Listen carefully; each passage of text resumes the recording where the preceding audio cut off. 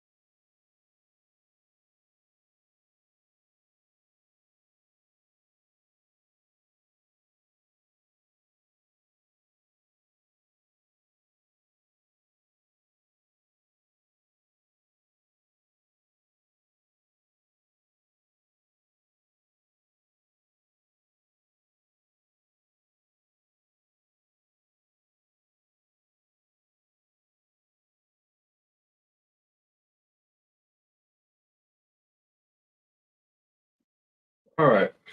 Shalom. Shalom. Shalom. Of course, how y'all feeling? We got a question. Can you explain to me some examples of gluttony? I haven't been told to say what to do. Yeah, you can eat a snack after a meal. Not fat, but I definitely do eat it sometimes.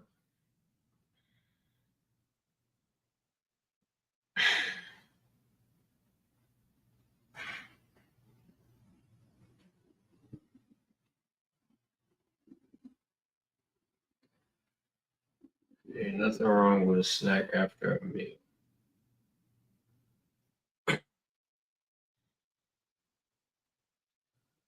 Let me just make sure. Um,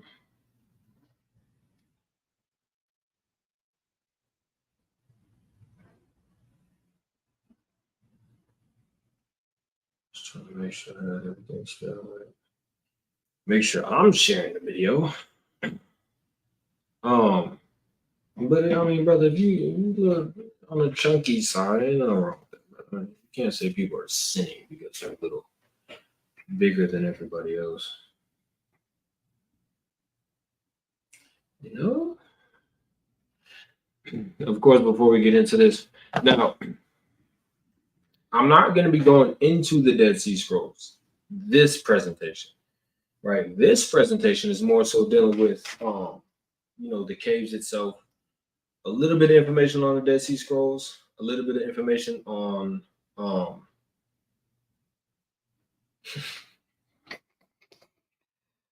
that's it. We know that it's not okay to lie, all right? I won't be talking about, people who are a little bit bigger in size. But we're gonna be looking at the Qumran caves itself, just a wee bit. But there's a little place that's not too far from the caves where the Dead Sea Scrolls were found. That's very interesting, right? There, we're going to be taking a little bit of look at that. But of course, we're still going into,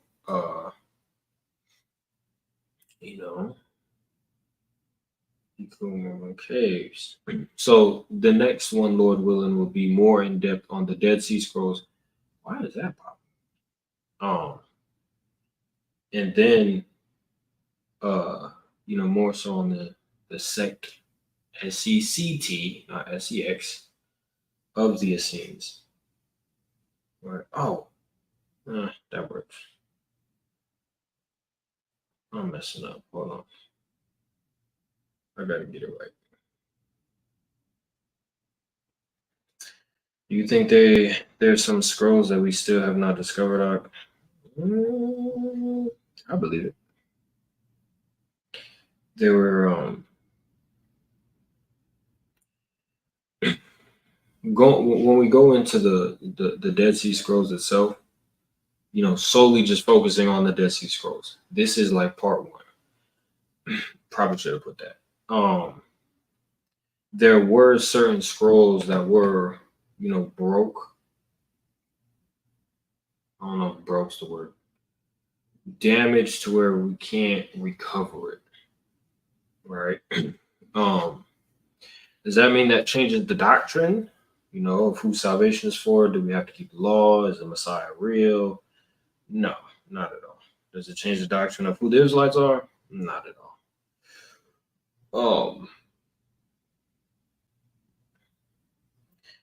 Why is this not sharing? Oh, it did share. Okay, cool.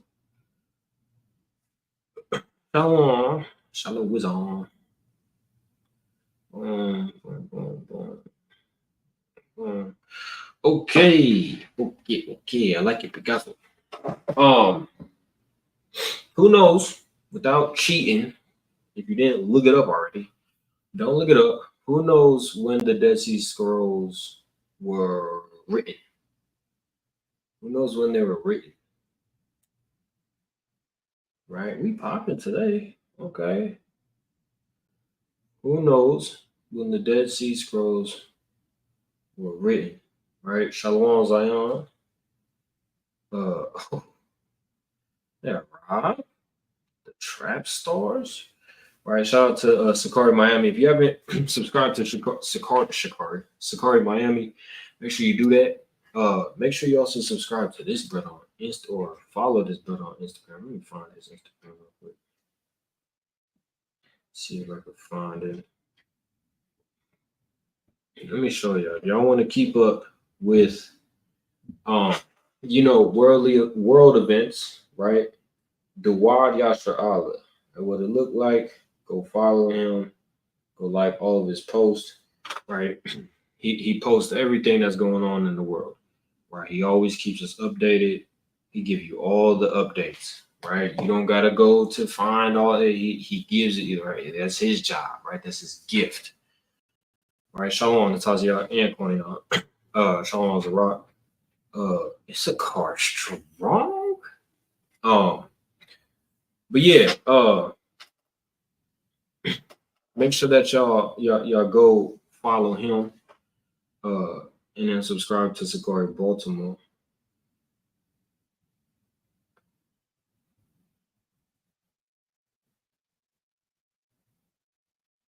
Listen, when I tell you the next presentation, it's gonna take me a minute, and it's gonna be a pretty extensive video.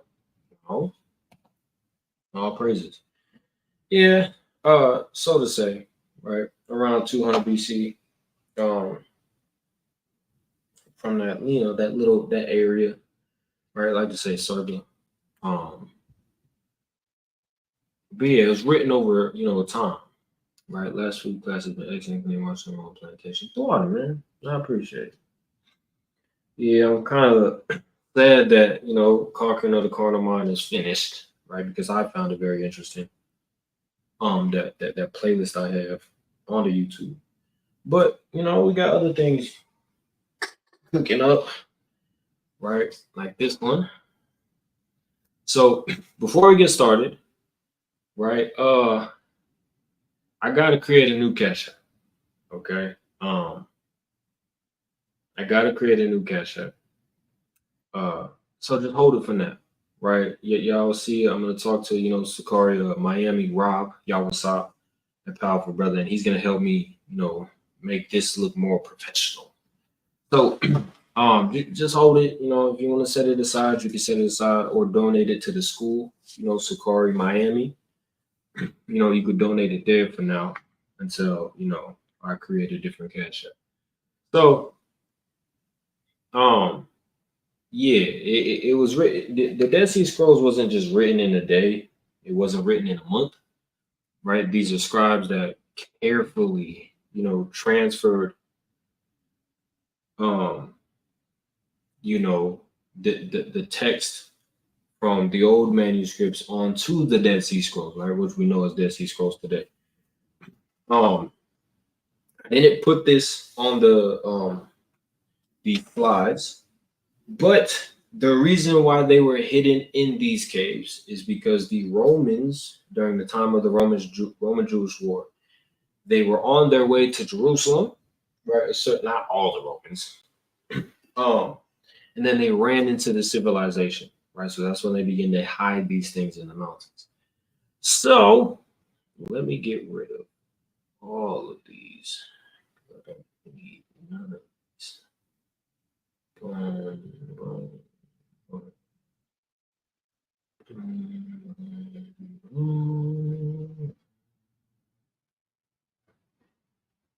Anybody else be humming? I'll be humming like I'm back in, slave days. What do you think about the Samaritan Scrolls? I was thinking about doing a presentation on those as well. Right, so stay tuned for that because those are interesting. Interesting, right?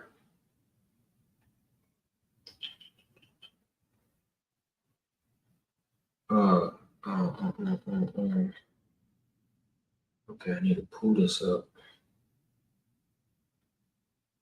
Hold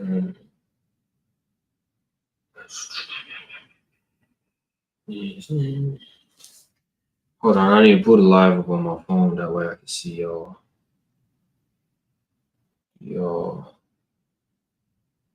comments.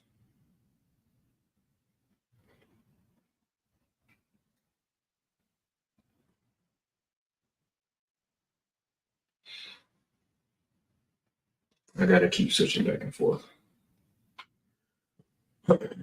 Guys, I'm live on 2 channels. So let's get. Oh, that's bad. I'm connected to my speaker. Hold up, y'all.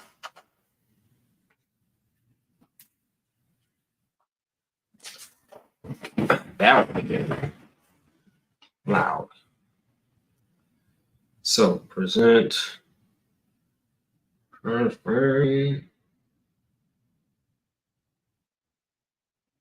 Smooth. So slideshow. From the beginning. Now, I'm going to be having to pause every now and then because I got to switch between 2 YouTube videos that's playing right now. I'm live on Vegas and on Phoenix. So I want to make sure that I see what y'all are saying. The Water King. Appreciate you. The water. The hat is fire. So the Qumran. My bad. Hold on. I gotta get my juice activated. Right? Qumran. Right? Qumran is now a historical tourist site. Just east of the Dead Sea.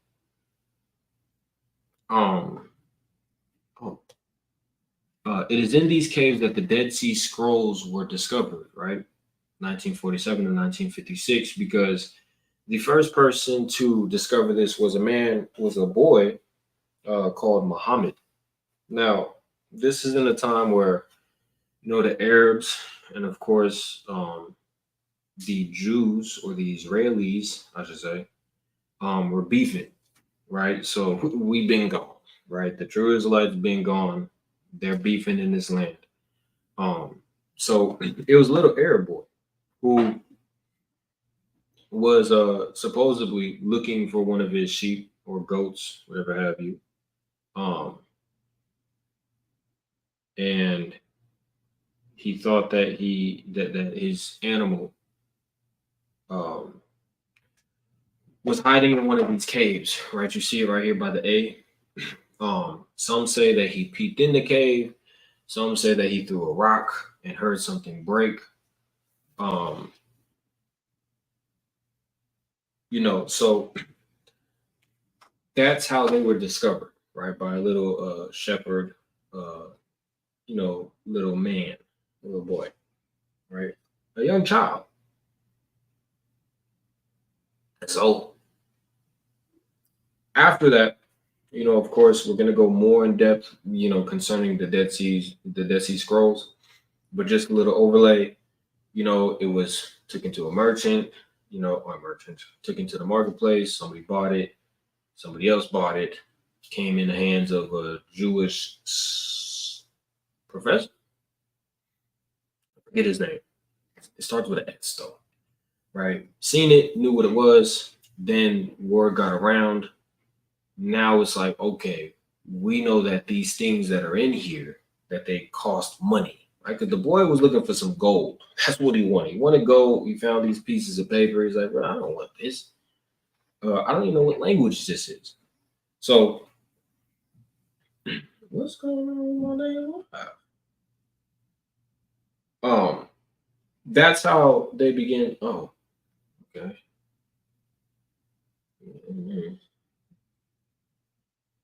Because this signet is in the way.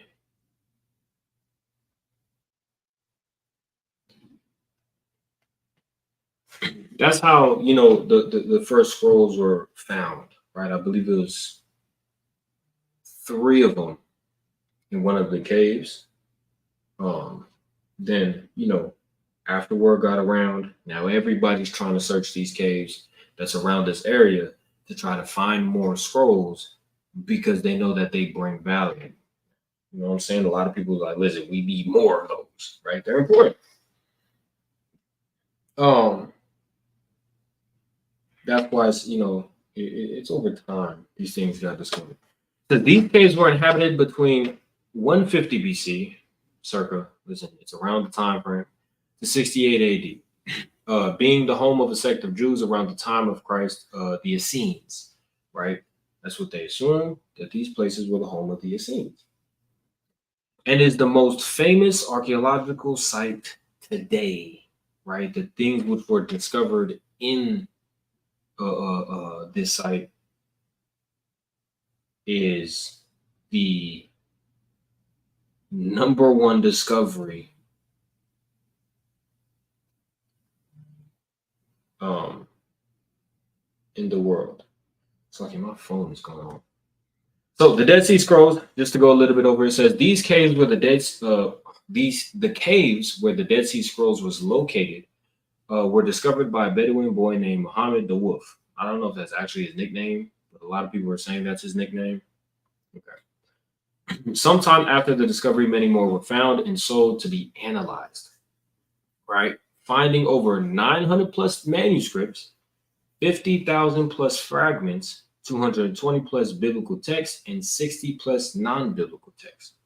Right, so these caves contained a lot. Right, and considering this is where we get our Old Testament from. Right, not solely this, but you'll get the point. Right, I believe they had every book but the Book of Esther. So the Essenes, just to go a little bit about the Essenes, right? The Essenes were a mystic Jewish sect during the Second Temple period that flourished from the 2nd century BCE to the 1st century CE. Pliny the Elder and Josephus labeled the men of the priestly classes to be celibate, right? They would pray together, then eat and be immersed into water daily, right? So these people prayed together as a large group, then they ate together as a large group. Pliny or I think it was just Pliny the Elder said that they practiced being engaged for 3 years before actually being married, right? 3 to 4 years before actually being married. All right, but we're going to go more into the Essenes in the next presentations. Let me make sure y'all not,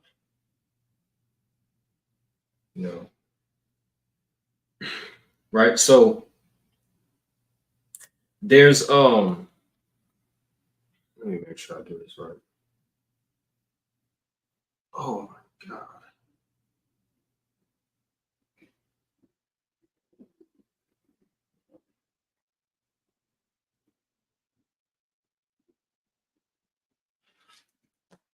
There's a little civilization just 100 meters. Oh, well, it says it right there. I don't know why I'm saying it. But in the Qumran, there's about 11 caves, right? Once we get more into the, I can't wait for the Dead Sea Scrolls portion because it goes into the canonization. Oh, it's so beautiful. But just 100 meters from the Qumran caves itself, where the manuscripts were found, cave number 4, I should say, where the Dead Sea Scrolls were discovered, was the site where the Essenes were living. Listen, this is so interesting. It says in the north side of this site was a watchtower to see visitors approaching the villages or the village, or of course, threats. Whoever popping around. Okay, well, it's not showing me. Okay, let's see what I'm talking about.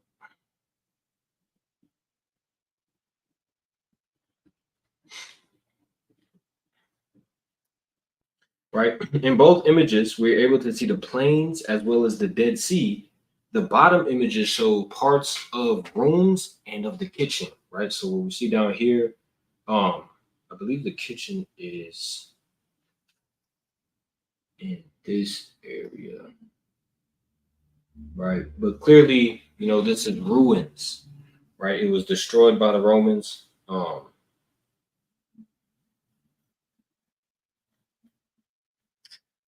In the time of the Roman-Jewish War. It's like the scribes' room, right? These are the people who wrote the Dead Sea Scrolls, right? This is why it's important. The scribes' room, right, which we see now, this is 2 different pictures, right? Here, it's this area, right? But over here is right here, right? You have the scribes' room. It's just a big old room, right? But there's a reason why they call it the scribes' room. It says the scribes wrote on papyruses, right? Leather and copper biblical books, apocrypha, external books, and the sect's own books, right? That's why when we go back and it says non-biblical texts, they will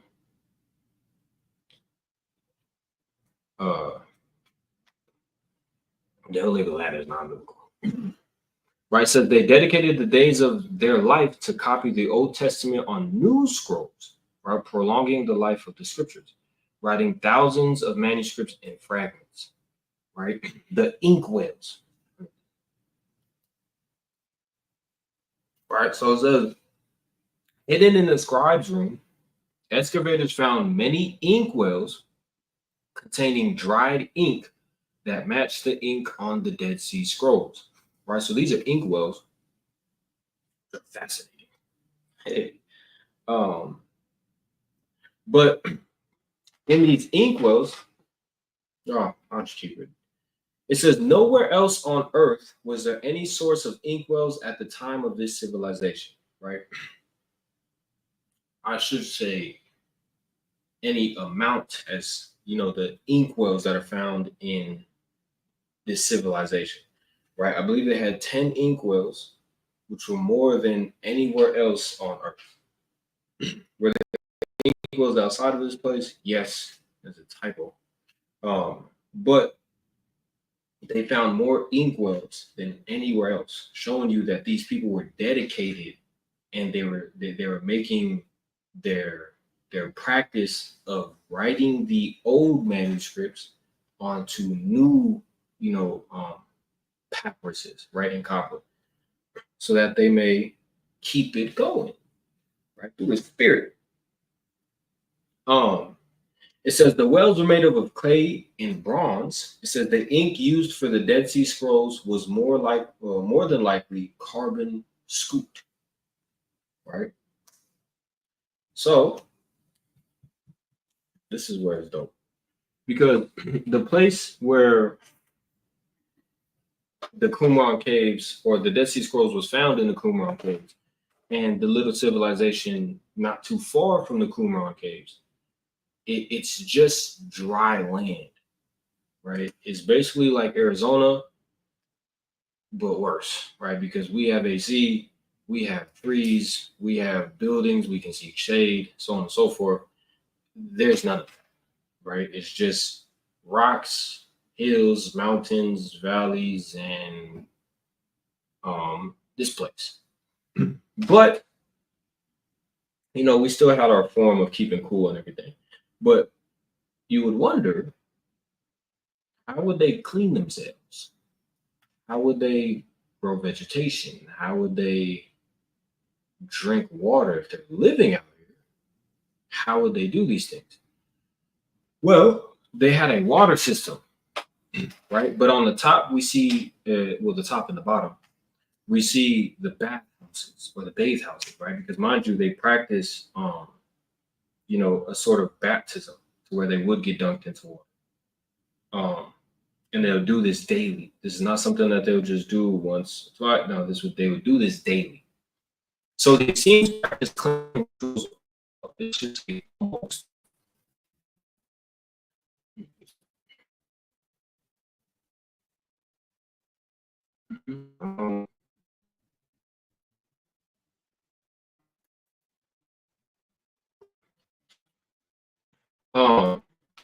It would the scenes practice cleansing rituals almost every day.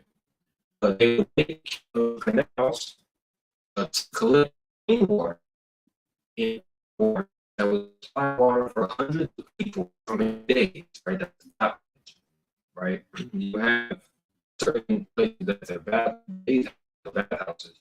Then other pits are solely just water cisterns, right? Now, of course, there were tops. It was a lot more meters, a lot more cleaner. These are the ruins, right? So it doesn't look like much, but we can only imagine what it looked like when it was first. Because mind you, one of these water systems was capable. I'm breaking up. Hold on.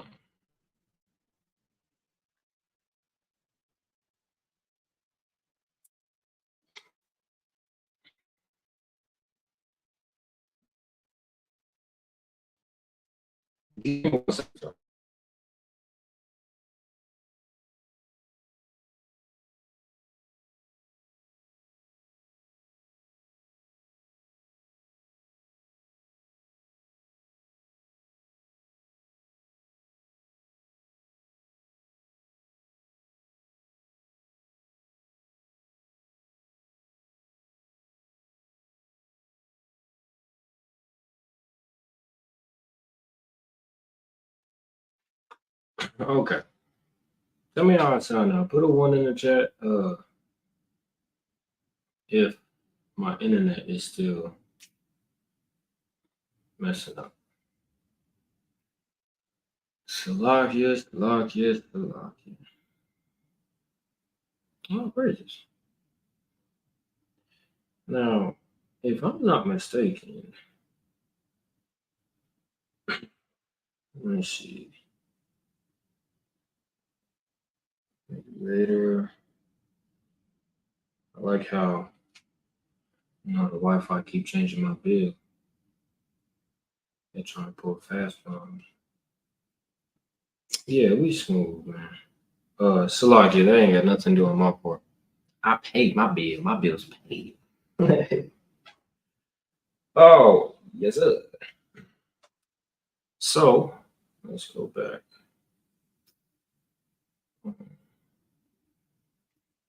Slide.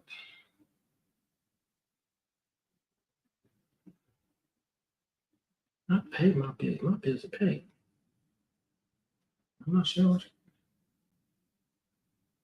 And so, come back over here. Boom.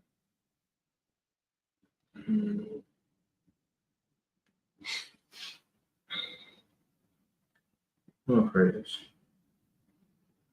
So, like, yo, I don't know.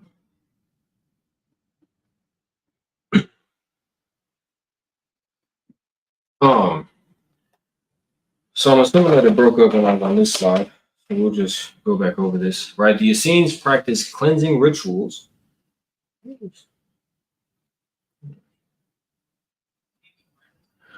almost every day. They would make canals to collect rainwater and other water pits that would supply water for hundreds of people for many days, right? One water cistern will supply water for many people, right? Just think if you got like a bedroom full of water, that gonna last you a long time, right? You know, if you're solely using that for drinking water, you have other water pits for washing, you have other water pits for produce, you have other water pits for, I don't know, whatever we need water for, right? This allowed them to produce vegetation by storing water, right?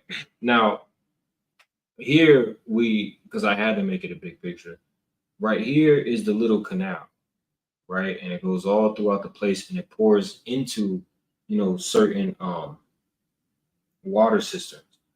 Right now, the moment I begin to break up, I need y'all to let me know.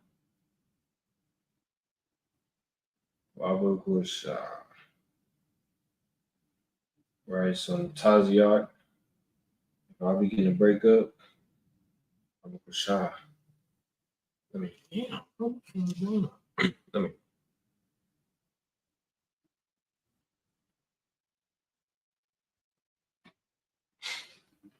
So they would have certain canals that would connect to certain water systems, right? Because if you have one canal that connects to all water systems, I mean, it's going to take forever to fill up all of them, right? When you can just fill up all of them at the same time, right? Now, this is one of the water systems, right? It's just a big old pit. Now, mind you, you might look at that and be like, why the hell we have water in there? Clearly, we see by the sides, it was a lot more smoother, right? You see out here, it looks like they actually had some smooth clay going on, right? But destruction happened. These photos, right? These are work areas, right? And in little pits, there was residue of honey from dates, right? Because we did have some type of vegetation, but just out there by itself, ain't no vegetation out there, right? You would literally have to cultivate some vegetation. It's not just out there like that. You see at the backgrounds, you have caves. So they would have blacksmith areas, pottery areas, places to sew, so on and so forth. To let you know that this place was well built. I'm gonna see if I can pull up a video, or not video, a picture of like a bird's eye view of this place. And I'm gonna show you, right? But that's this slide. We're just getting into the beauty. I think it is. Listen, it's beautiful to see how these people were living while creating these scrolls, right? I can't put them all in the same because this Dead Sea Scrolls presentation is going to be long. Plus the Essenes, the presentation, both of them combined is going to be a long presentation. So this one was more of a quick presentation where y'all can see and then go do your own research about these people, right? We had scribes room. There's pictures where it's just a whole bunch of clay pots, pans, bowls to show that this is the kitchen area, right? But this is the civilization and the people in where they were living at that created the Qumran caves, right? I ain't gonna hold you. I wouldn't mind living here. Ooh, goddamn, I wouldn't mind living here. It look dope. So that is the end of this presentation. You said that the Essenes believe in Hamashiach after his era. I'm pretty sure they did. I mean, I can't speak for all the Essenes.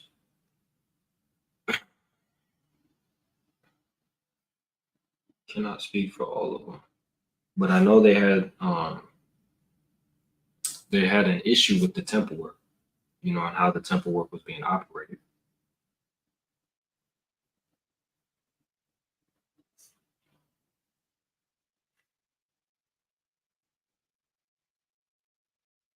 You know what? No, the Essenes, and not practice. Oh, I gotta. Yeah. They didn't. But I can't speak for every sin. But you know, their doctrine, they didn't really practice following Christ. Henceforth, that's why they didn't write anything concerning him. They're really just focused on the Old Testament and those scrolls.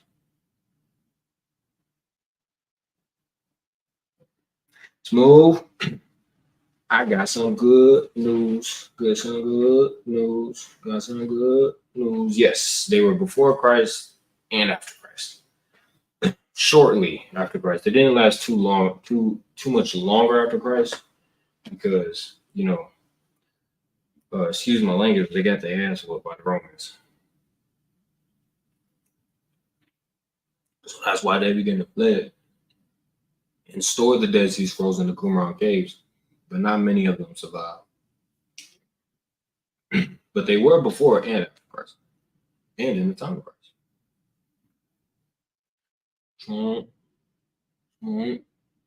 Where did, if I'm not mistaken, the Mayans and Incas did this as well. Did this? Oh, did it? Yeah. Listen, the Mayans, canal system. Oh my, bro, Lord in Christ, it is so cold. I'm trying to see if I'm about to go into something right now outside of the Qumran caves.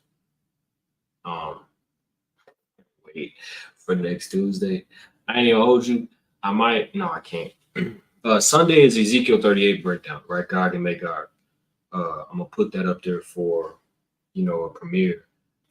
But next Tuesday, because we're gonna go into the canonization. We're going into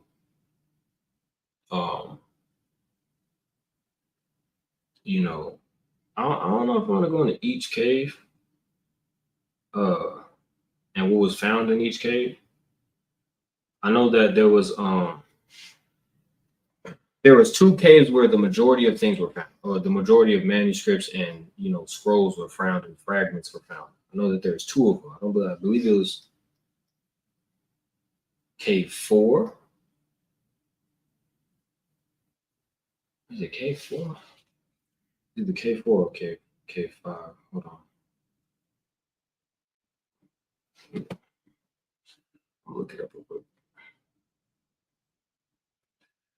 Which cave had the most?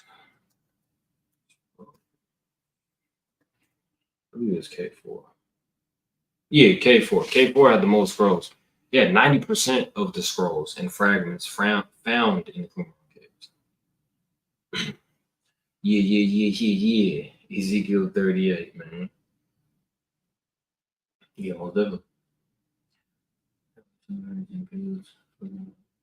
Yeah, hell yeah. What?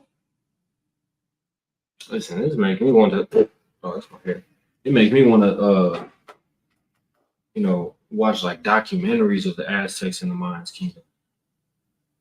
Because boy, they got the freedom to work and build whatever they wanted to. Oh, crazy. It's a co-op. But yeah, so next Tuesday, next Tuesday is gonna be the Dead Sea Scrolls and the Essenes. If the Dead Sea Scrolls is just a long presentation, we might just have to wait for the Essenes to the Tuesday after that. Their sect. You know what? I might be able to do Sadducees, Pharisees, and the Essenes. If the Dead Sea Scrolls is too long, that's what I might do. Don't hold me on. But the next presentation is going into the Dead Sea Scrolls, you know, the discovery date, the caves itself, you know, which cave included what, maybe. And then go into canonization. It's gonna be so dope. It's gonna be so dope. Ooh, you know? So, any small questions? My hand is dirty, but do you know any programs or charity we can donate to help with archaeology? What do you mean? Do you know any programs or charity?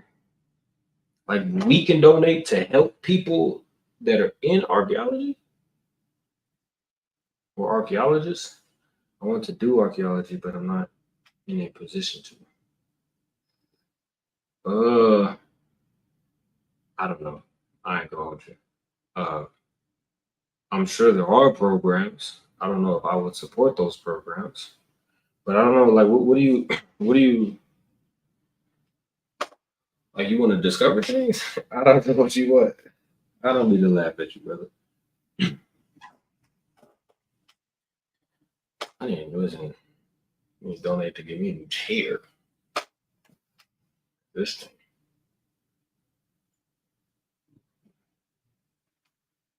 Yeah, I mean, I assume he was talking about going to school. Yeah, brother. I mean, if you want to go, I wouldn't like. Oh, um, you can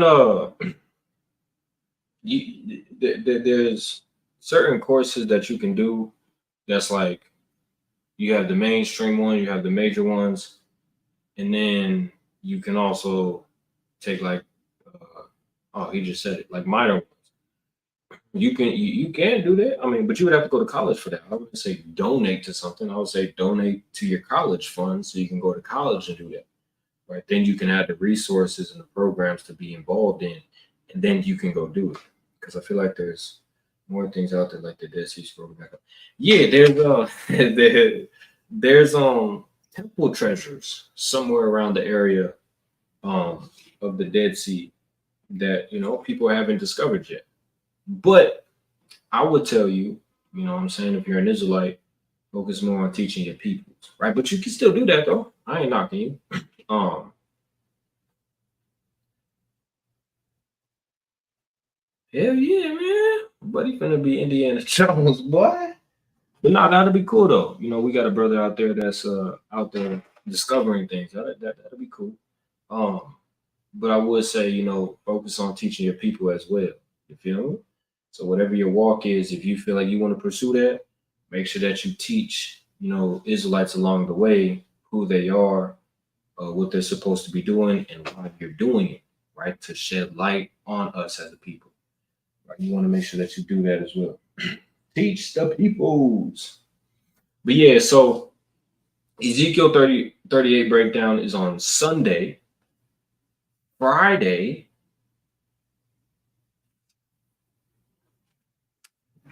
I think I'm releasing a video, of course, but I might have a discussion. I don't want to call it a debate because I don't feel like it should be a debate. It's a brother who generally, he has his viewpoint on the creation story. And we might be having a discussion with him, right? He wants to present it to the world. He said he wants to talk to camps, people that's out there teaching. He wants to know if it's true, right? So it'll be a fun discussion. Not something that has to turn south, um, but it's something that, right? So real quick, any small questions? And Con, I want to use a scanner and scan the whole land and find a scanner. Oh, you talking about the thing that like detects metal? Is that what you're talking about? What you talking about?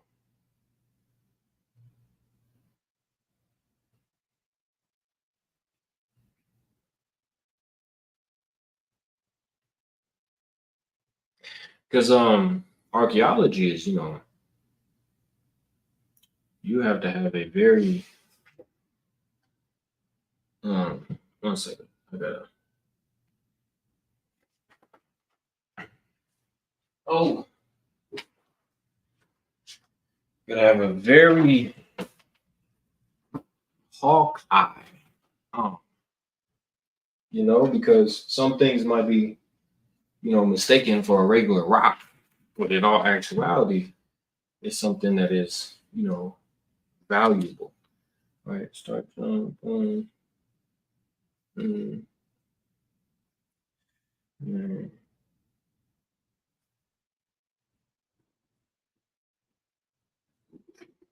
boom, mm, oh, eight. So who here knows? Because it kind of goes into a little bit of my bad.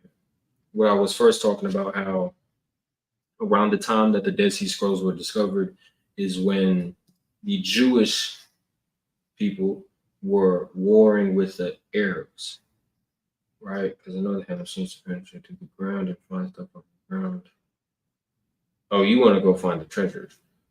Yeah, yeah. I don't know, man. Maybe Yahweh doesn't want those treasures to be discovered. But I would suggest, doing it. If that's your gift, brother. Listen, you better put your gift to work or to use, I should say. Also, what do you think about Ron Wyatt? A lot of people say the discoveries are fake, but I think I would. It would. It would. It would really just depend on the discovery. I don't. Oh no no no. Yeah. It sound. Let me see his discoveries. Not discovery. Because he's the one who found that in Mount Ararat. Okay. I would have to. I ain't gonna hold you, brother. I would have to look at all of them. I don't. I know that he discovered, the Ark of Noah in Mount Ararat in modern day Turkey, but as far as you know, um, everything else, can't speak for it.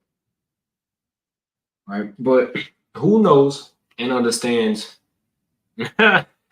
Oh, facts. We need a museum with stolen Edomite artifacts in it. Facts. Who knows the breakdown of they are not all Israel, which are of Israel? Because it do play a part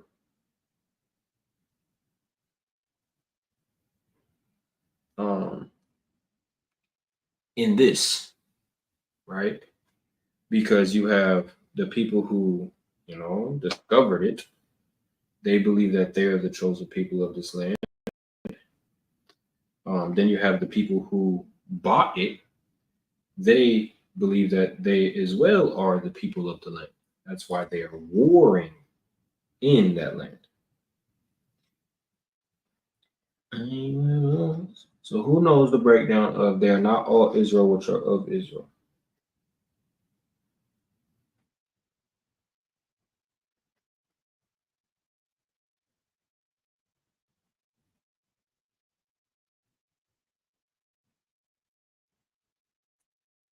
Damn, nobody? Nobody know the breakdown? Don't y'all love being foremans at your job? No bueno. No bueno.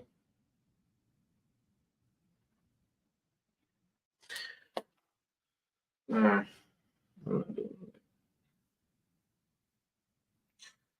Who know Agrippa? Oh, hey, there are strangers living in Israel, but in Isaac shall thy seed be called. Okay. The question is, Quanion, pay attention. Who knows the breakdown of they are not all Israel, which are of Israel?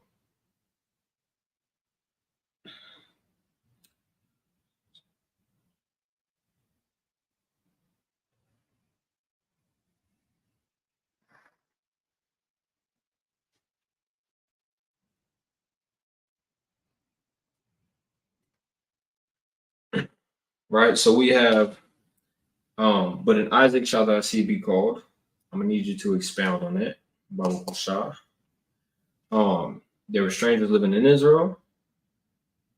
What you mean by that? Agrippa. Okay. Breakdown, no. I do know Harold was an Edomite trying to act like us and other little things. Okay. Herod the Jew, huh?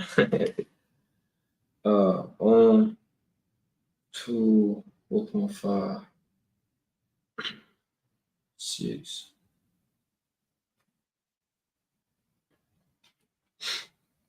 All right, who else? We got 13 people in here. Nobody else know the breakdown? Mike 298. Okay, boom. The promise was to aid Isaac and his seed. Yes. But when it says they are not all Israel which are of Israel, what does that mean? I agree with you. The promise was to Abraham. The promise was to Abraham and his seed. But what does it mean when Paul says they are not all Israel which are of Israel? 1, 2, 3, 4.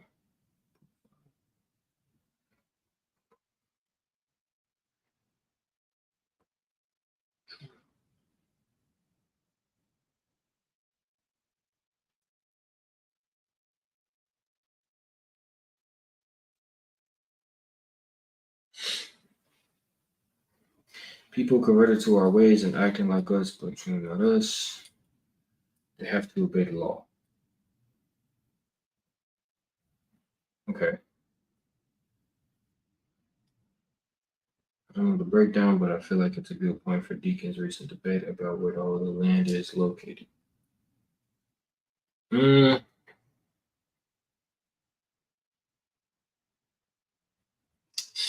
wouldn't, John, I wouldn't.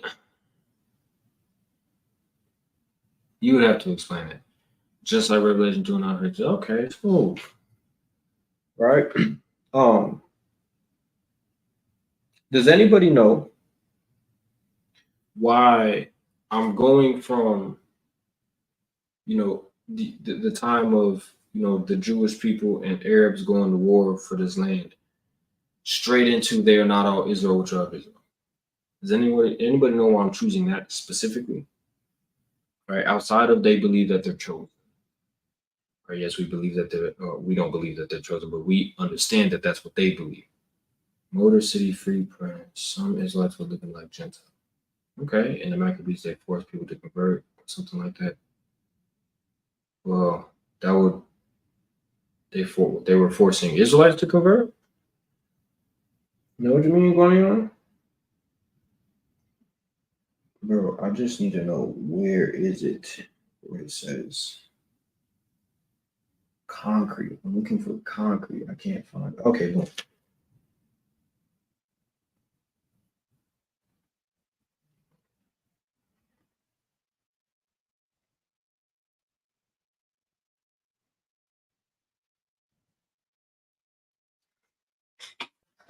They was forcing Edomite.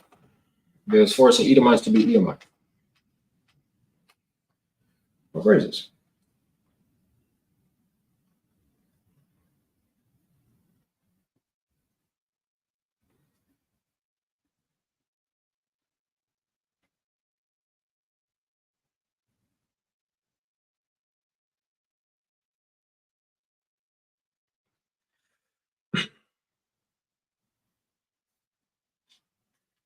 Okay, so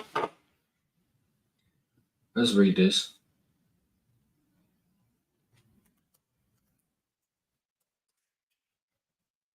Yes, we understand, verses 3 and 4. Oh, y'all can't see. Hold on.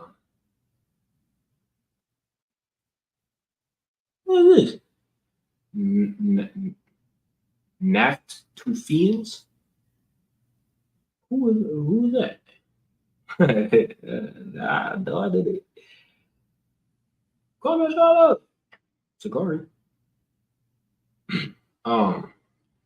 Who are these people? Oh, I need that.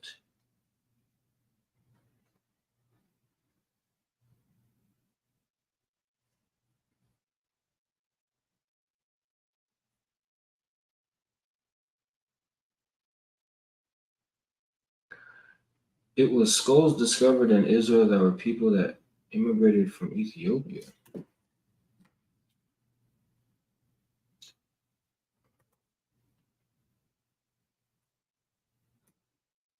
Hold on, how the hell you spell that? Not two funerals.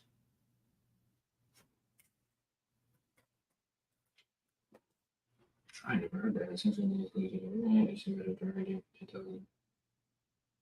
15,000 years ago. Yeah, the last 100 season. I mean, I gotta look into that. I ain't gonna hold you. Dating back to 9,000 BC is great. And 15,000 years ago, that's before creation. So I don't know. It's in the Hebrews to Hebrews document. Ooh. Yeah, man. I would have to look into these people. I ain't gonna cap. But them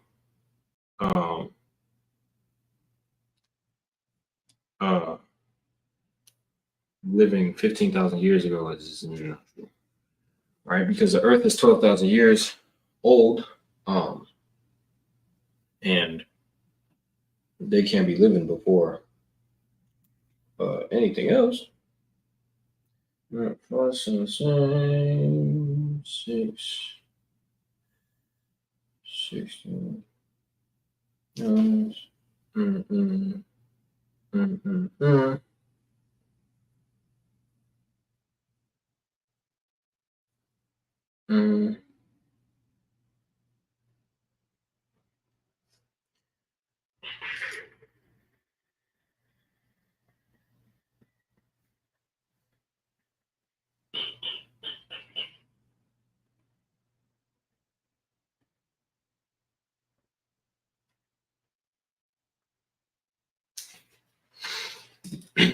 Damn, I just noticed that. Notice what? What you notice, my brother? So Salaki, yo, I'm trying to do foreman duties. Trying to do this. Just bear with me 1 second. I'm gonna put it on the screen. That way y'all can read it. But let me finish this so I can give y'all my undivided attention. Good luck here, y'all.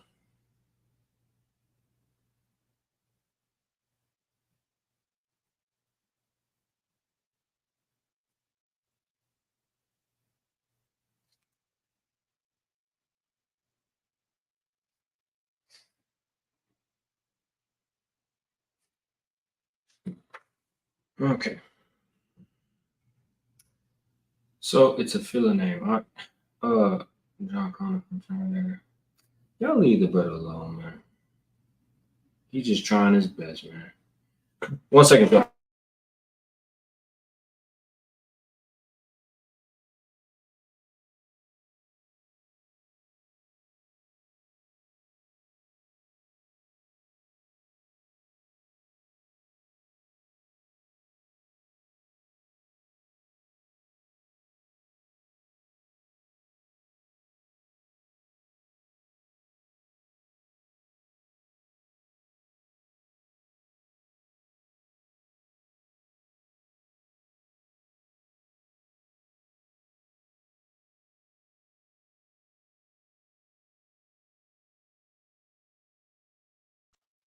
Oh, I apologize.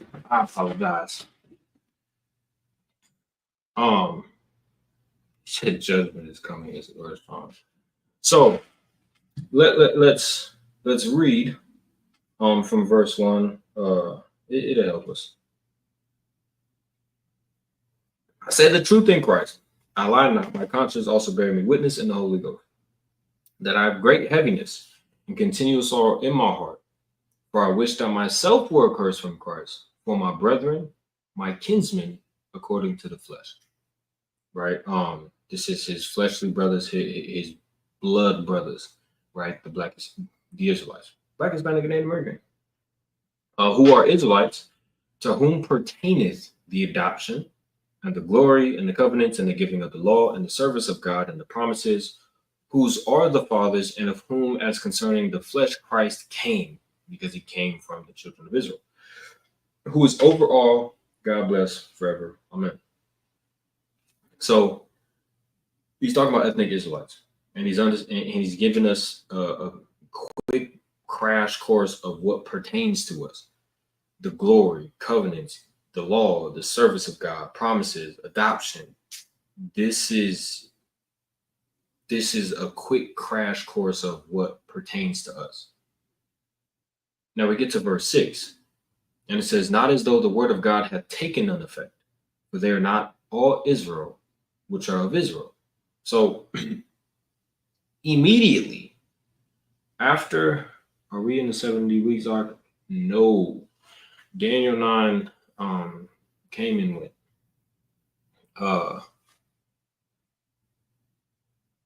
also, because I looked on Israel News website and it says Israel had been at war 368 days. No.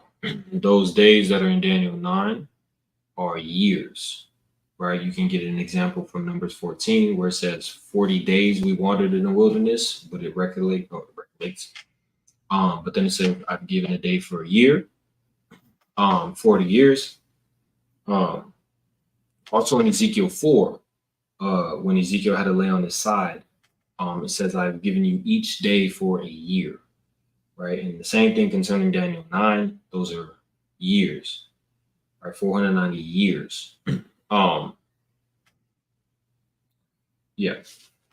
So each week would be 7 years. So it says, I appreciate you, John Connor. Because you give me two things that I could do, right? Look up the Naphtalians, which is interesting, piqued my interest. Plus Daniel 9, right? That's a beautiful prophecy, a beautiful breakdown that I could do. Not next Sunday, because that's Ezekiel 38, but the Sunday after that. So I appreciate you, brother. So right after he tells us everything that belongs to us, the promises, he then begins to speak about they're not all Israel which are of Israel. Now, off-rip Christians use this to say, see, you don't have to be a descendant of Israel to be an Israelite. You don't have to be that. No. It means that there are people who are of Israel that do not belong to Israel. And look what Paul, listen, when I be talking, I just be doing stuff. I'm moving my drink. He then mentions specific things. He doesn't speak about God's love towards the world. He doesn't speak about God's love in a grafting incense. He doesn't speak about, non-Israelites now becoming Israelites. He doesn't speak about that. He immediately begins to speak about Abraham, Isaac and Ishmael, Jacob and Esau. He's immediately talking about that. So neither, because when we read it, it explains it. Neither, because they are the seed of Abraham, are they all children. So after he says they are not all Israel, which are of Israel, he says, and just because you come from Abraham, it don't mean that you're actually a child of Abraham. Okay. But in Isaac shall thy seed be called. So it excludes Ishmael. Meaning just because you're around, just because you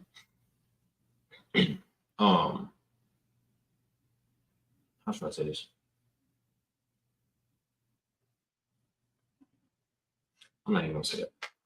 We're just gonna keep reading. But it says, but in Isaac shall thy seed be called, letting you know that it doesn't matter because you're a descendant of Abraham, even though Abraham existed when other nations existed. So that already excludes many nations, but then it begins to exclude Ishmael, right? And we read in Genesis,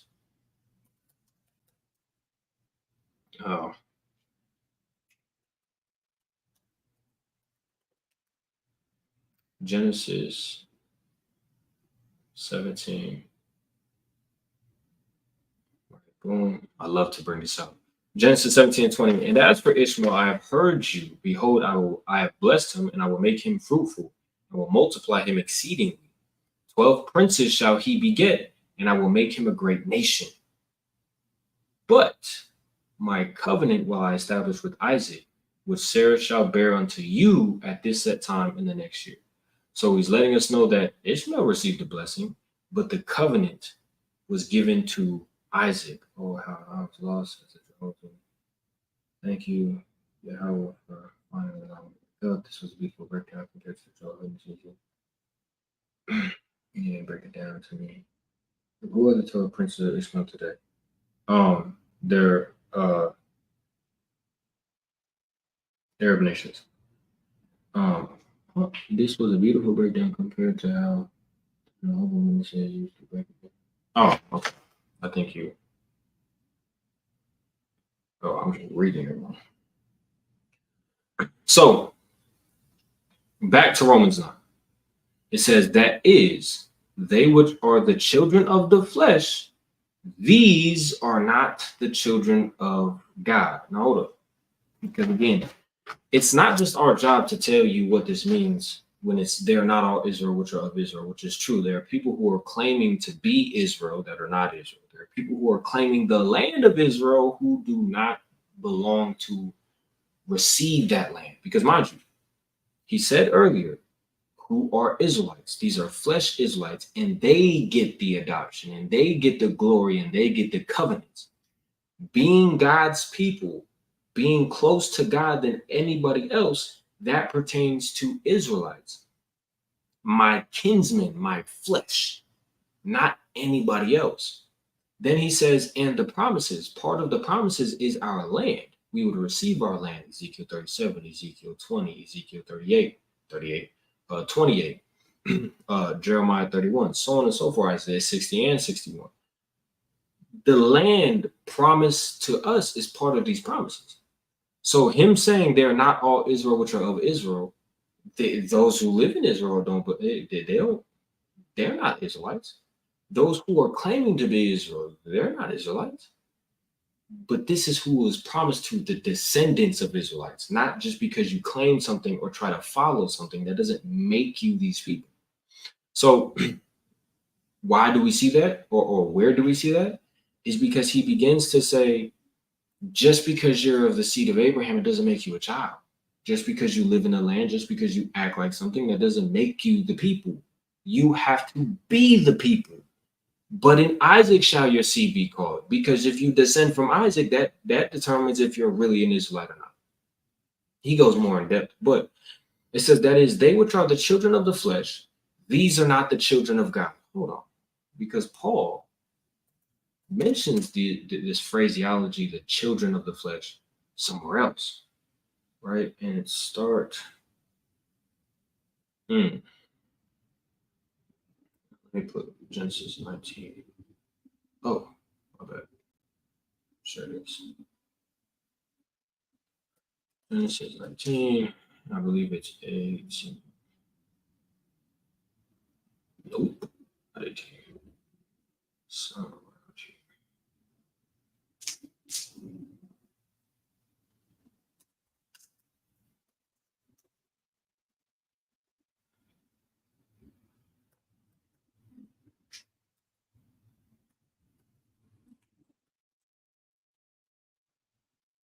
oh, Genesis 21. I'm tripping.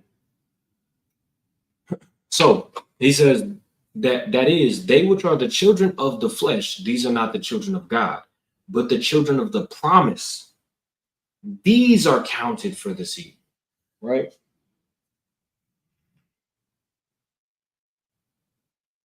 Hold on. Give me 1 second.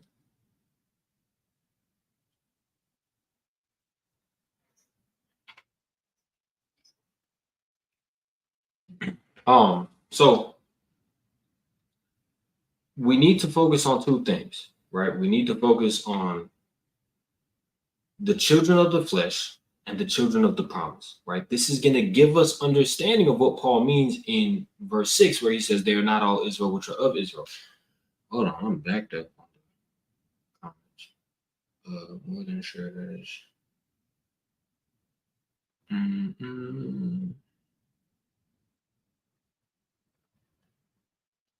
Yeah, I'm live on Las Vegas YouTube and Phoenix YouTube. So there are certain comments that are on a different channel, right? Whatever video you're on or whatever live you're on, stay on that. You know what I'm saying? But I'm live. That's why I'm reading it for you. When you're done explaining, can you explain Romans 14, 6, and 7? Because I read that today, and some people might say that it doesn't matter. I got you, brother, if I remember.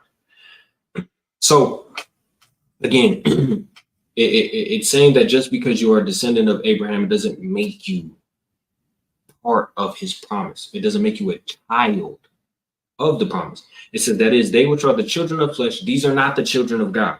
So whoever is the children of the flesh, that's not the children of God. But the children of the promise are counted for the seed. Again, he's expounding on verse 6.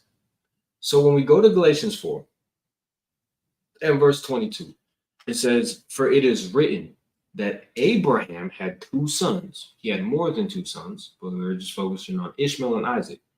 The one by a bondmaid and the other by a free woman.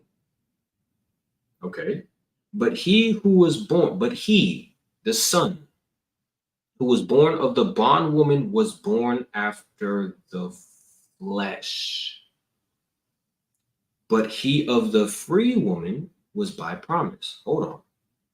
Paul said, that is, they which are the children of the flesh, the offspring, the descendants of the flesh, these are not the children of God, but the children of the promise are counted for the seed. Watch this, y'all. Genesis 21:9. That's what it was. It's not 19. It's 21:9. And Sarah saw the son of Hagar, the Egyptian, which she had bore unto Abraham, mocking. Ishmael is mocking Isaac. That's what's going on. Wherefore she said unto Abraham, Sarah, cast out this bondwoman and her son. For the son of this bondwoman shall not be heir with my son, even with Isaac. This woman, this bondwoman, Hagar, and her son, the child of the flesh, Ishmael, shall not be heir. What is heir? Watch this. In the Greek, it's kleronomos, but in the Hebrew, it's yarash, right? Yarash, yarash. It means to take possession of, to inherit, right? To cause to inherit. What word am I looking for? Possession. Your inherit. It's something that is promised to you. Succeed, possess, expel, inherit, right? It is a promise, right? Basically, in other words. So Sarah says in Genesis 21:9-10, says that Hagar is a bondmaid and her son. But then it says, I'm having deja vu right now. But then it says that Sarah, I'm having mad deja vu right now. Sarah is, it's not stopping. Oh Lord. Sarah and her son, her son is the children of the promise, right? So just to put it in simple terms, Hagar is the bondmaid, Ishmael is the son of the flesh. Sarah is the free woman, Isaac is the son of the promise. So when we go back to Galatians 4, it says, but he who was born of the bondwoman was born after the flesh. He is the progenitor. Yeah. Well, he is the forefather of a nation of people called the Israelites. But he who was of the promise, which was Isaac, but he of the free woman, which was Sarah, was by promise. That's speaking about Isaac. Why is that important, Tazarah? What you going into? Because when we go back to Romans 9, it says, they which are the children of the flesh, mind you, he just said, just because you're a child of Abraham, it don't mean nothing. But in Isaac shall your seed be called. Not Ishmael, Isaac. That is, they which are the children of the flesh, which we know is Ishmael, these are not the children of God. But the children of the promise are counted for the seed. Oh, wait. Hold up. Let me make sure y'all paying attention. I'm okay now. Okay. In the Blue Letter Bible, I like to use the jump to scripture index to see how the words change. Come on. Oh, you might have been bringing that up for here. So now we understand that we can prove just off of Romans 9 and Galatians 4 and Genesis 21 that the children of Ishmael are not the children of God. Nice. Verse 9, it says, but this is the word of promise. Okay. At this time will I come, and Sarah shall have a son, Isaac. And not only this, he's expounding, not only this, but when Rebekah, the wife of Isaac, also had conceived by one, even by our father Isaac, letting you know his audience is the children of Israel still. So it goes from Abraham excluding Ishmael, going to Isaac. Now it's with Isaac and his two sons. Verse 11, for the children being not yet born, still in the womb, neither having done any good or evil. It's not because of what they did wrong or what they did rightfully or righteously. That the purpose of God, the promise, according to election. Hold on. We don't do this. We don't do this enough. Right? The act of picking out. He's racist. Choosing of the act of God's free will by which the foundation of the world he decreed his blessing in persons, his person, elect, divine selection, divine racism, abstract, chosen election, right? So it's not of their works.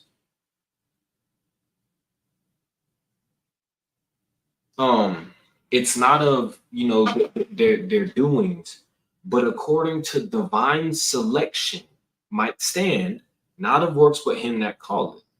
It was said unto her, Rebekah, the elder shall serve the younger. This is Genesis 25, right? Just 4 chapters after the promise, or after Sarah said, get this bondwoman away from my son, or get this bondwoman and her child away from my son.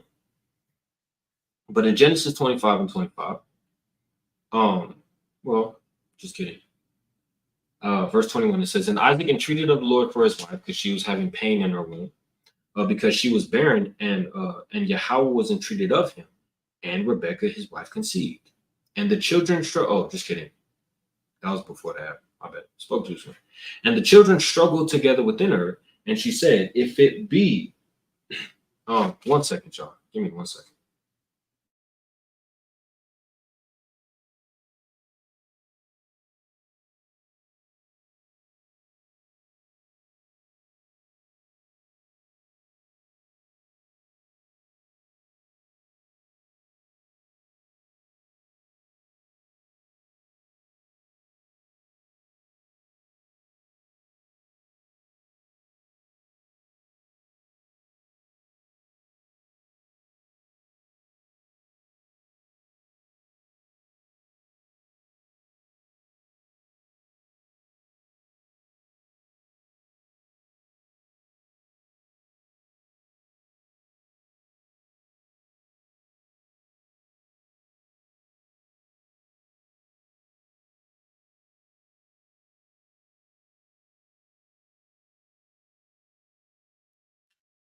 It's a lot here.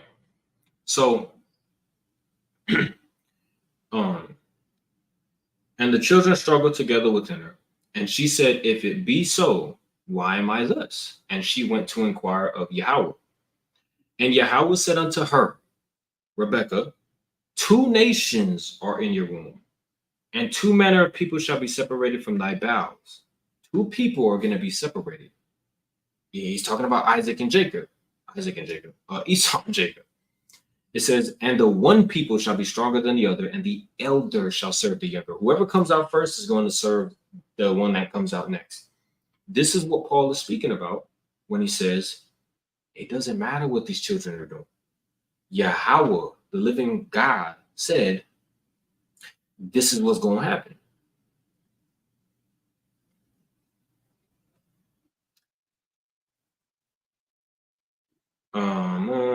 Right, and then the babies were born.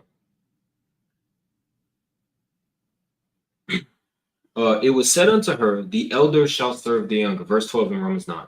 As it is written, now he's quoting Malachi 4. Jacob have I loved, Malachi 1. Yeah, Malik, come on. I'll be getting him switched up. As it is written, Jacob have I loved, but Esau have I hated. Why is he doing this? Who knows why Paul strictly goes into Ishmael not receiving it and Esau not receiving it? Why did he go into that after saying they're not all Israel, which are of Israel?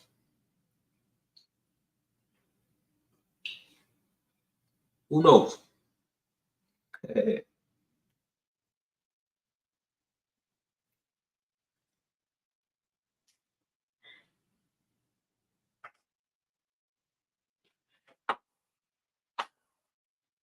Who knows?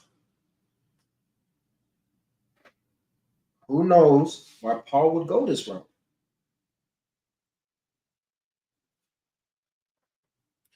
Yes, but I'm saying there's a bigger, more continual problem that he's addressing.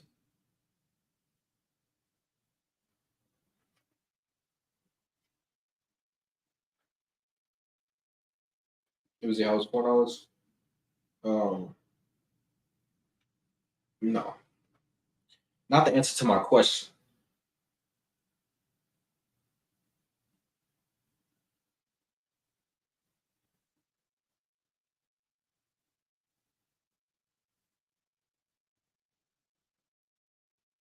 What I mean, Quanayan, is Paul speaks about they're not all Israel, which are of Israel.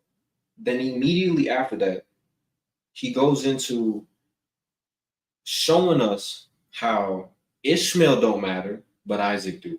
And then Esau don't matter, but Jacob do.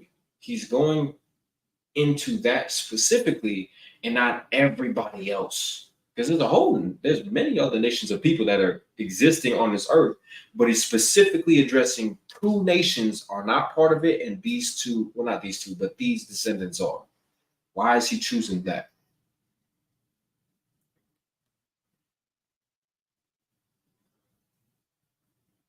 Chosen line, yes.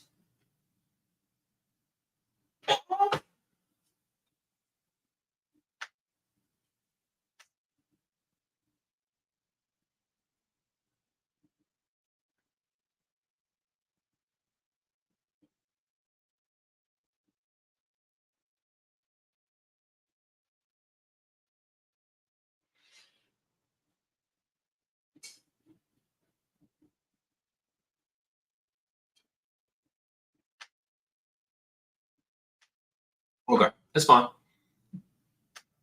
Ishmael and Esau are the two major nations trying to be God's chosen people. They're the two nations who constantly try to claim the land, claim the promises, claim the special position close to God. These are the two nations who are always trying to take our spot. This is why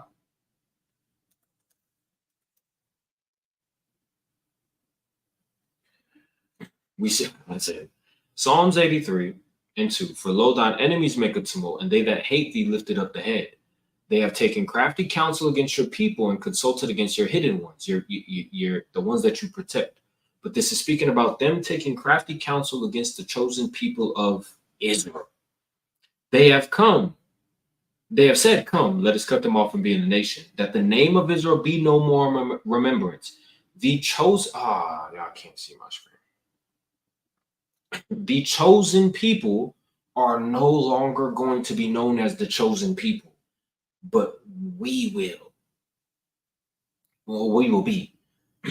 The name of Israel, the status of Israel, the glory of Israel is no longer, but we are going to take their place. It says that the name of Israel be no more in remembrance, for they have consulted together with one consent. They are confederate against thee. Look who it names first: the tabernacles of Edom and the Ishmaelites. And then it gives this little punctuation. These are the two main nations that are constantly trying to take us out of our position. You feel me? Does that make sense to everybody?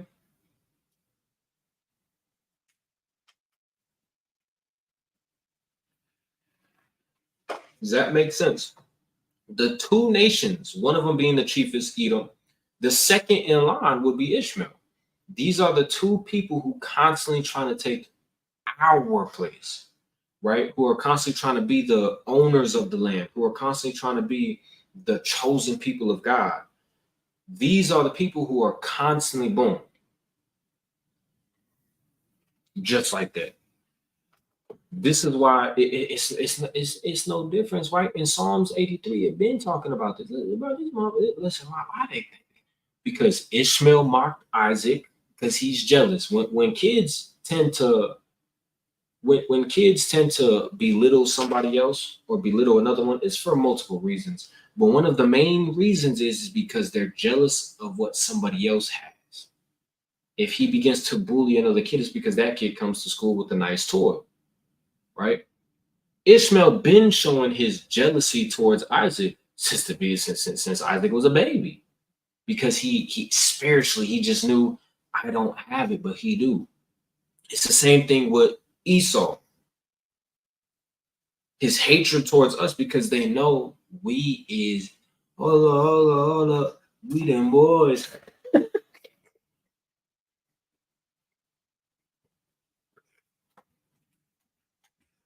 Oh man. But that's how beautiful the scriptures is. It's how beautiful the scriptures is, right? And of course, there are the people who did partake in finding the Dead Sea Scrolls and um not I want to say translate. Well, yeah, translating the Dead Sea Scrolls. So therefore, they feel like we're still the chosen people. We found it, we translated it. We're the chosen people. That's fine. But the true children of Israel, it's like, listen, y'all had to do all the dirty work.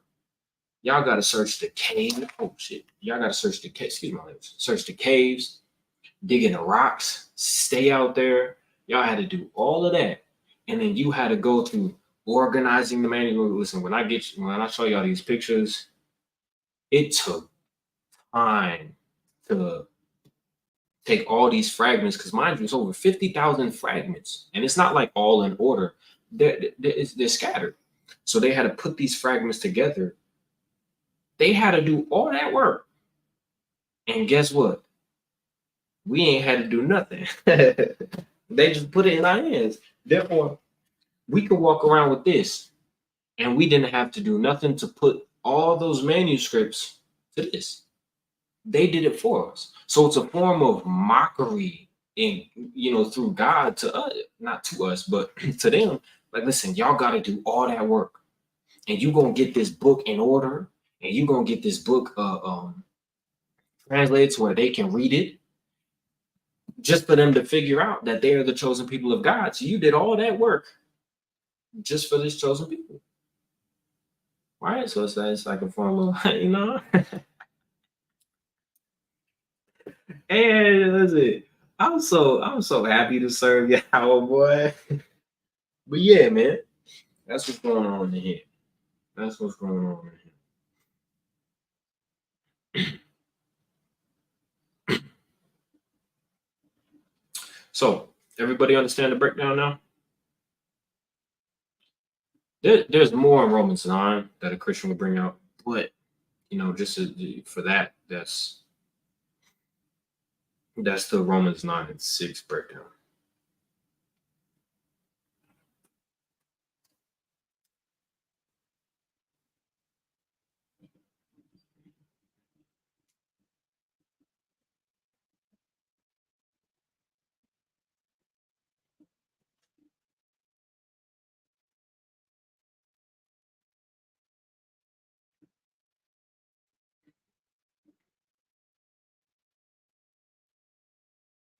Um, Presidents counted all joy. Oh, that's not what I. I agree. He hit it from them to the latter days. Yeah. You gonna use what?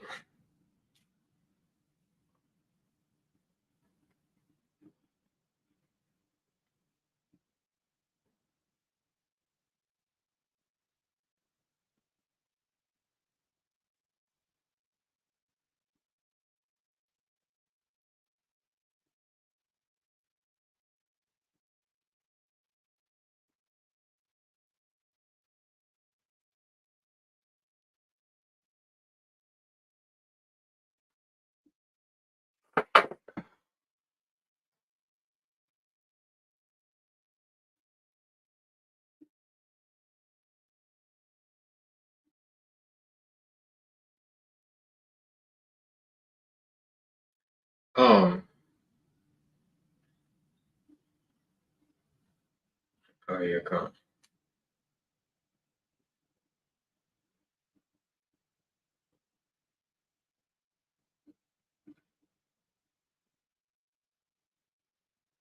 My dad is in Islam, and he always says we lost. My bad. And he always says we lost our inheritance. You think showing this? Uh,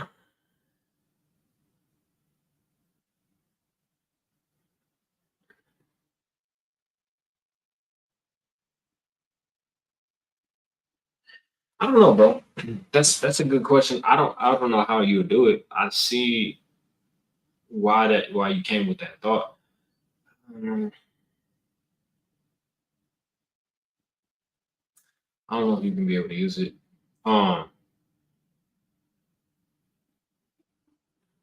Oh yeah, yeah, yeah, most definitely you can. I forgot I read Psalms 83. Yeah, most definitely you could. Uh, it's a long breakdown though. I mean, if there's a way that you can shorten it, I would just read Psalms 83. Um, but yeah, any questions before we close out? Any questions? Listen, stay tuned for next Tuesday. I couldn't see his message in the chat. No, I'm live on Phoenix and uh Vegas. Um Next Tuesday will be more in depth on the Dead Sea Scrolls itself, right? And if it's not too much longer, um oh okay. That's what I assumed. Um if it's not too much of a long presentation, then I'll go into the Essenes who um said to write the Dead Sea Scrolls. Uh because he always likes to say we messed up too many times, but when I try to show him that we are the game, I got something for you.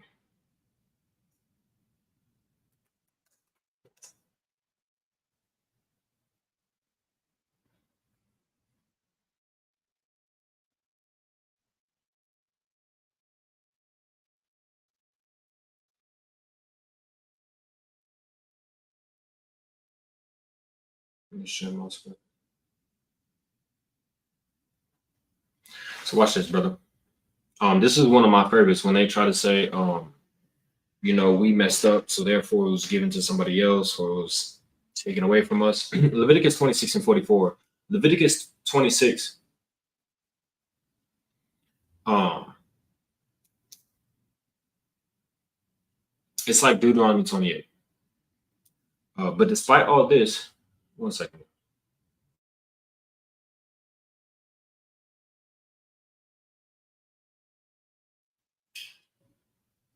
I will not utterly reject or despise them while they are in exile. This is in the NLT.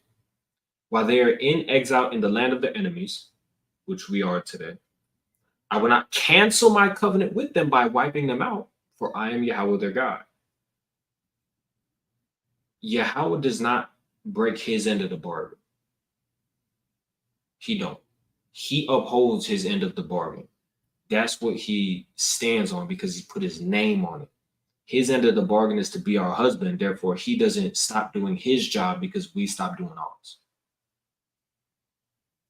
For their sakes, I will remember my ancient covenant with their ancestors, whom I brought out of the land of Egypt in the sight of all the nations, that I might be their God. I am their Lord.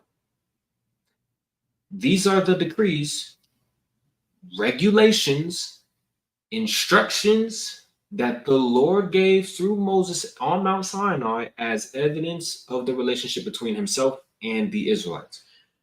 My trap question would be, show me in these decrees, regulations, and instructions where God said if you break it too many times or too much, I'm now going to give it to somebody else.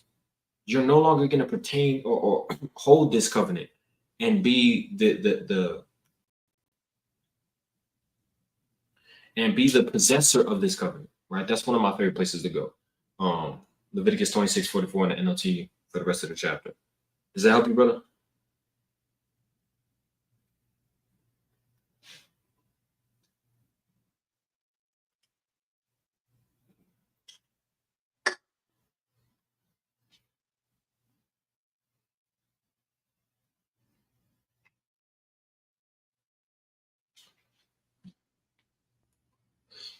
Come on, man. I appreciate you. He says, I have enjoyed the I have enjoyed the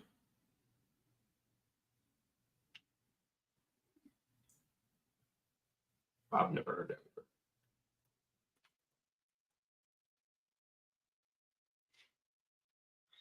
Oh, methodology. I heard that. Huh. Cool.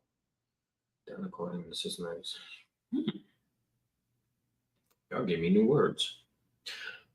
Of the scriptures into fine powder. Oh, sorry. Slow grinding of the scriptures into fine powder. It really helps me learn something new. I will be checking for the next lessons on Praise the Most High. Next lesson will be on Friday. SICARRI Phoenix is releasing the video, a camp video, with the officer Hadar. And then I'm going live right after that.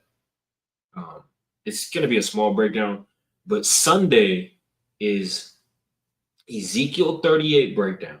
It's a prophecy concerning not only Russia, but also the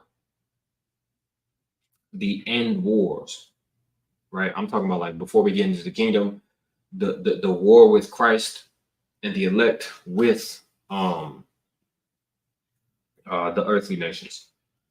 Count to what I'm going to give him all praises. He might say it's corrupted, but then I'm going to tell him the Dead Sea Scrolls are 200 BC, which is not before his time. Facts. All right, my praise someone's out to my right. All praises. Shalom, sister. Right, so how y'all all gonna come up when I'm done with my lesson? Y'all something else, boy. Listen, it feels up to me, boy, I'll be on them for 3 years. 3 years, 3 hours.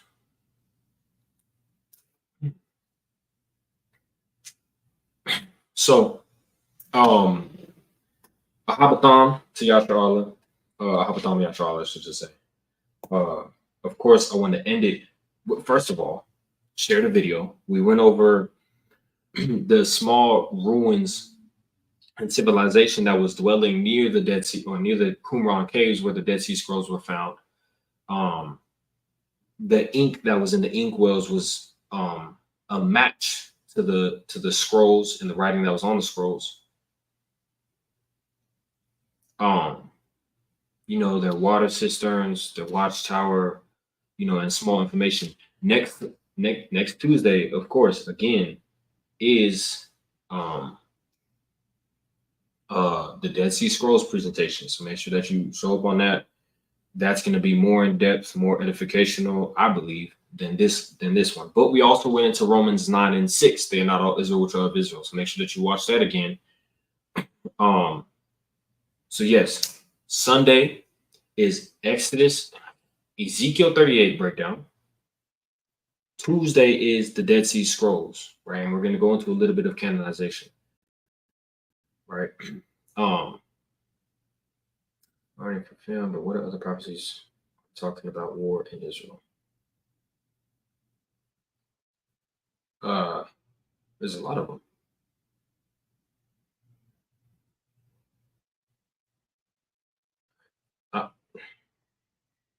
If you're talking about like an end times, just wait for Ezekiel 38. But there's a lot of, the one that you questioned, Daniel 9 and Daniel 9 to 70 weeks. That's a war in Israel. Well, the latter part, the 7 weeks, the last 7 weeks, that's the war in Israel, right? The 7-year war, Roman Jewish war. Luke 21 and 24. Jerusalem shall be trodden down by the Gentiles until the time of the Gentiles be fulfilled. So on and so forth. But yeah, so listen, please, Bible Control, share the video. Make sure that y'all tune in on Friday for the video that's dropping. Like and subscribe to SICARRI Miami. Like and subscribe to Chief Dome. Like and subscribe to SICARRI Long Beach, as well as SICARRI Las Vegas and SICARRI Phoenix. Make sure you do it with Dallas and any other SICARRI camp you see out there, right? We love y'all support, and we love y'all, sharing the videos, right? Helping us out, get this edification out, right? Ahabatham, Yasharallah. But with that, I want to say, Kala Yahweh, by Shema Mashiach Yahushua. That's all praise to the Most High in the name of His own begotten Son, who the word in calls Jesus Christ. Kwam Yasharallah, and y'all stay safe out here.